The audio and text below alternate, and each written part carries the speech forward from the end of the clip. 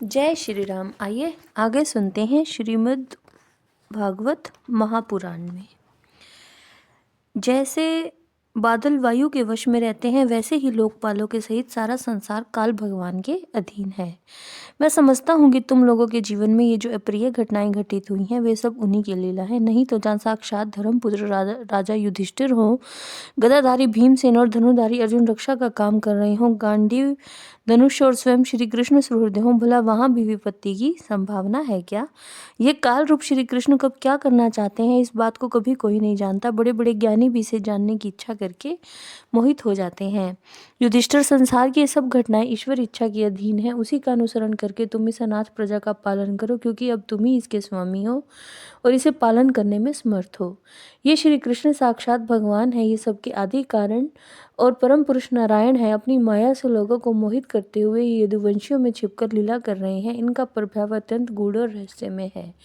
युधिष्ठिर, उसे भगवान शंकर, देव ऋषि नारद और स्वयं भगवान कपिल ही जानते हैं, जिन्हें तुम अपना मेरा भाई, प्रिय मित्र और सबसे बड़ा हित मानते हो, और जिन्हें तुमने प्रेमवश अपना मंत्री, दूत और सारथी तक बनाने में संकोच नहीं किया, वे स्वयं परमात्मा हैं।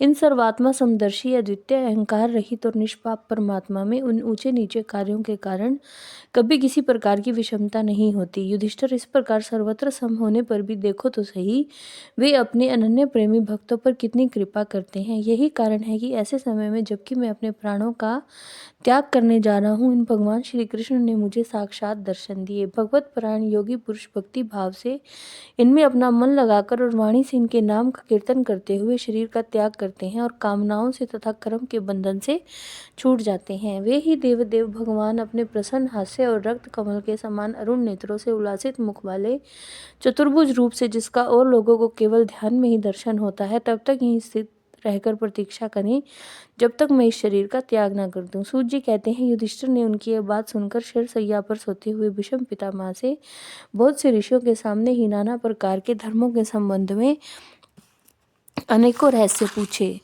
तब तत्वेता भीष्म पितामह ने वर्ण और आश्रम के अनुसार पुरुष के स्वाभाविक धर्म और वैराग्य तथा राग के कारण विभिन्न रूप से बतलाए हुए निर्वृत्ति और प्रवृत्ति रूप द्विविध धर्म, दान धर्म, राजधर्म, मोक्ष धर्म, स्त्री धर्म और भगवत धर्म, इन सब का अलग अलग संक्षेप और विस्तार से वर्णन किया।